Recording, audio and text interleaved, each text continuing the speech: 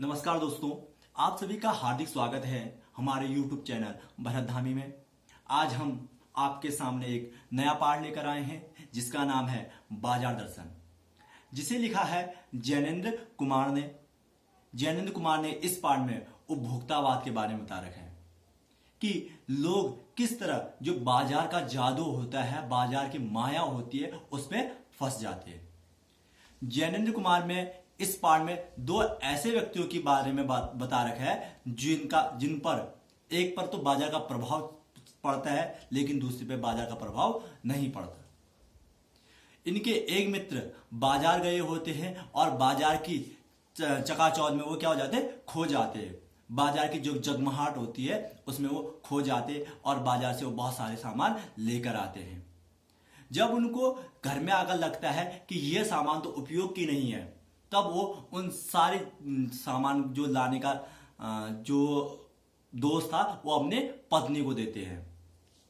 वो कहते कि यह सारा दोस्त तुम्हारा है क्योंकि तुमने बाजार से इतनी सारी चीज लेकर आए। लेकिन अगर वास्तविक रूप में देखें तो वहां पर उनकी पत्नी का दोष नहीं बल्कि पैसे का दोष था। जो दूसरे इनके मित्र होते भगत, वह उनको पता होता है कि उनकी जरूरतें क्या क्या है। वो अपनी जरूरतों को जानते थे, उनको अपनी जरूरतों के सामान के बारे में पता था। वो कभी भी बेफजूल खर्चे नहीं करते थे किसी भी चीज का। भगत जी एक बहुत ही अच्छे इंसान थे, ईमानदार इंसान थे। वो हमेशा शाम को चूर्ण बेचते थे। जब 6 आने का चूर्ण उनका बिक जाता था तो जितना भी चूर्ण बचता था वह क्या करते थे, लोगों को, बच्चों को क्या करते थे, दे देते थे।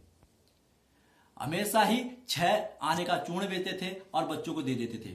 अगर वो ज्यादा का बेचते तो वो बहुत एक अच्छे व्यापारी बन सकते थे, लेकिन उन्होंने कभी भी लालच नहीं किया क्योंकि उनका मानना था कि मैं अपनी जरूरत के अनुसार ही कमाऊं, उससे ज्यादा कमाने की जरूरत नहीं है। क्योंकि वो जानते थे कि मुझे इतनी चीज की जरूरत है, उससे ज्यादा मैं नहीं। अगर हम भी बाजार जाते, बाजार को देखते हैं तो वहां बहुत सारे सामान लगे होते और हमारा मन भी करता है कि हम उनमें से सामान को खरीदें। यहीं पर जो जैनेन्द्र कुमार जी के मित्र थे उनका भी यही हाल था कि सामान तो लेके आते लेकिन उनको ये पता नहीं था कि मैं इतना ले क्यों रहा हूं। हर किसी को जो बाजार होता है वो अपनी ओर क्या करता है, खींचता है। एक तो इसमें बता रखा है बाजार का जादू, चढ़ना और उतरना। जब हम बाजार जाते हैं और हमारी जेब भरी होती है तो हम पर बाजार का जो जादू होता है बहुत ज्यादा चढ़ता है। यानी कि हमारा मन करता है कि मैं ये भी लूं, ये भी लूं, ये भी लूं। एक चीज तो ये कि जब हमारा मन खाली हो और जेब भरी हो तो बाजार का जादू बहुत ज्यादा चढ़ता है। हर इंसान यही सोचता है कि अगर हम कुछ सामान लेने गए, एक मोबाइल लेने गए हैं 10,000 का, तो अगर हमारे जेब में रुपये हैं और हम सोचते हैं कि ज्यादा महंगा फोन ले, वहां पर दुकानदार ने अच्छा फोन दिखा दिया तो हम 15,000 का फोन उठा के लाते। यानी कि हमें अपनी जरूरतों का पता नहीं है, तो मुझे किस लिमिट तक जाना है हमको वहां पर पता नहीं है। जिस दिन हम लोगों को यह पता चल जाएगा कि हमारी जरूरत क्या है तो उस दिन हमें ज्यादा किसी भी चीज पे ज्यादा वो करने की जरूरत नहीं है। हम अपनी जरूरतों को हमेशा जानना चाहिए। जो बेफजूल खर्ची करते वही लोग करते जिनको अपनी जरूरतों की सामान का पता नहीं होता, अपनी जरूरतों का पता नहीं होता है। एक चीज इसमें और बता रखी है बाजार की, जो बाजारूपन है वो क्या है। बाजारूपन का अर्थ यहां पर यह बता रखा है कि बाजार जाकर बाजार के सामानों को देखकर उन चीजों को खरीदना या उसमें मोहित हो जाना, वही बाजारूपन है। परचेजिंग पावर की बात भी कर रखी है यहाँ पर इस पार्ट में। परचेजिंग पावर का मतलब आप एक नॉर्मल शब्द है जिसको आप इंग्लिश में भी समझ सकते हैं। परचेजिंग माने किसी भी चीज को खरीदना, पावर माने शक्ति।